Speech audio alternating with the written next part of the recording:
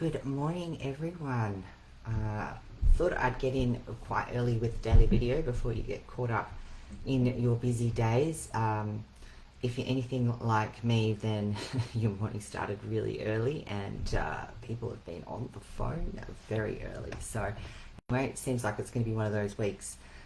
So for those who haven't caught the vlog series, I've been doing a little mini vlog series on the 10 success factors for when you're starting a new regime. Now, this is sort of related to health and fitness, but has broad application to a number of other areas in your life as well. So, tip number 9 today is understanding what reasonable progress is. So, I've had clients before that have come to me who have actually, have had pretty good progress, right? They've actually lost something like, 3% body fat in, maybe 6 to 8 weeks, which is pretty aggressive, actually.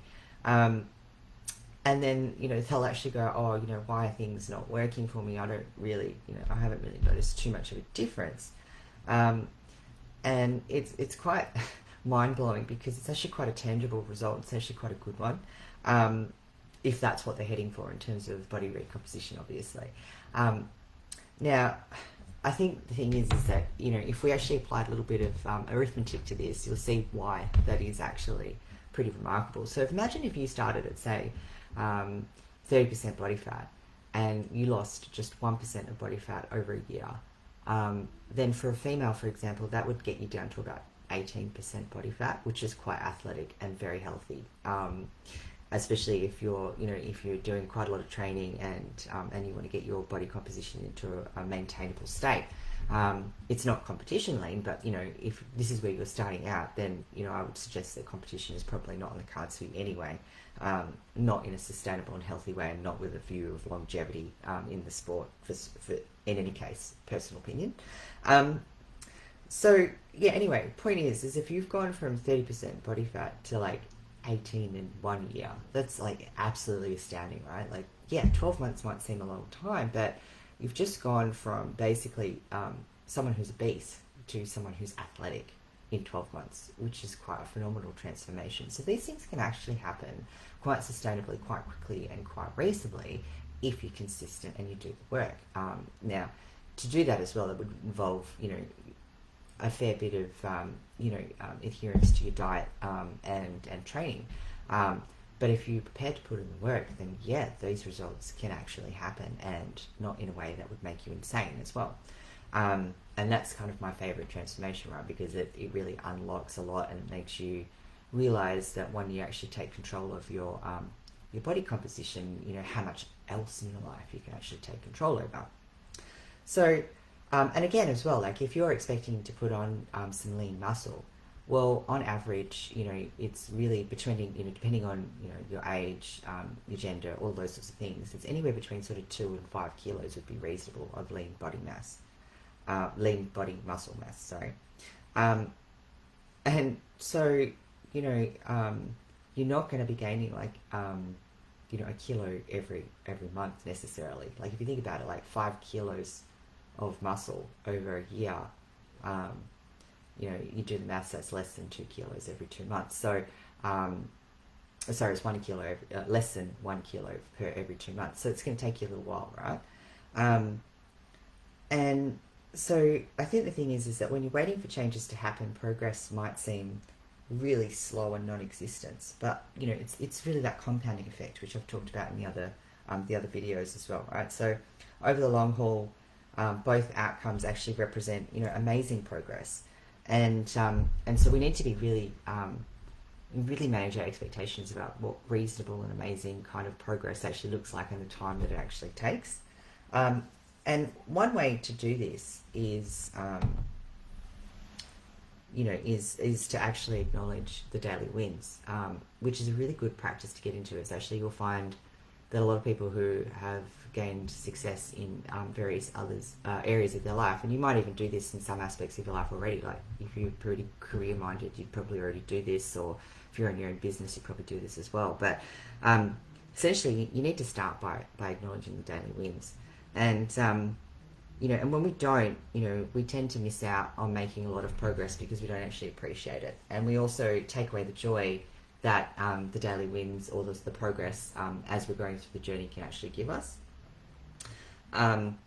And, the daily wins might seem small and inconsequential in themselves, and you'll have a voice that comes in your head. I often do as well. It's like, yeah, but what does that mean? That's nothing. Like, I did that in my sleep or whatever. So this should seem easy, right? But it should still be a vote in the direction of the person that you want to be, and, an action that a person who you want to be would do in their daily lives to be successful at the things that they want to do, right?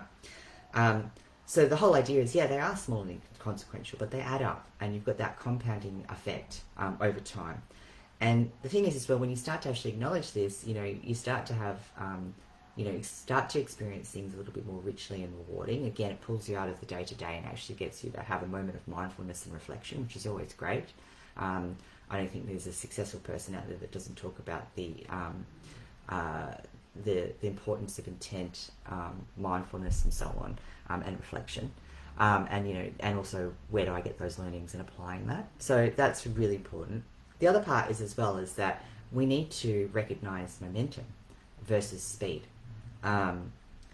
Momentum is necessary to continue to grow and to move forward in an easy and stress-free way, right? Whereas stress, we're focused on the outcome and how quickly we can get there, and we often skip steps because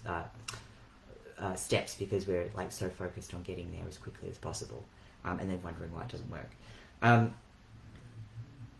So one way to obviously become aware of your daily wins is potentially to start writing it down, right? So if you don't create the space to actually spend 3 minutes just writing down a couple of daily wins, or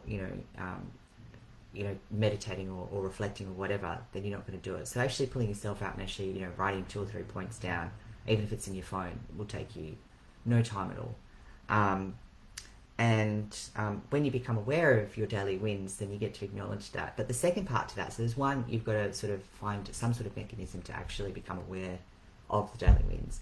And the second one is to actually celebrate them. So a lot of the times we go, okay, well, we might have a goal and we might have a reward on that, but the goal, there's so many things that sometimes are outside of our controls in actually reaching that goal, and that the reward is too far away, right? So you need to come up with, micro rewards around what happens when, say for example, you've got a small win and you're consistently having that small win for 80% of the time over a period of weeks.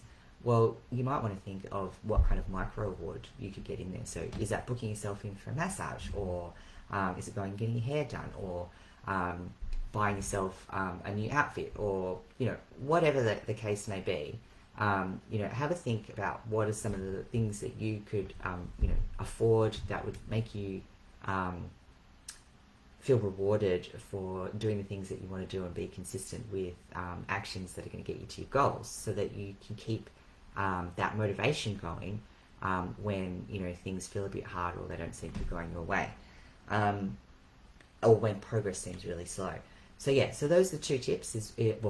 Tip 9, which is understand reasonable progress, and then 2, to unlock the power of progress, is to 1, acknowledge the daily wins, and 2, celebrate them. All right, we've got one more which I'll do tomorrow, but have a great week and a happy Monday.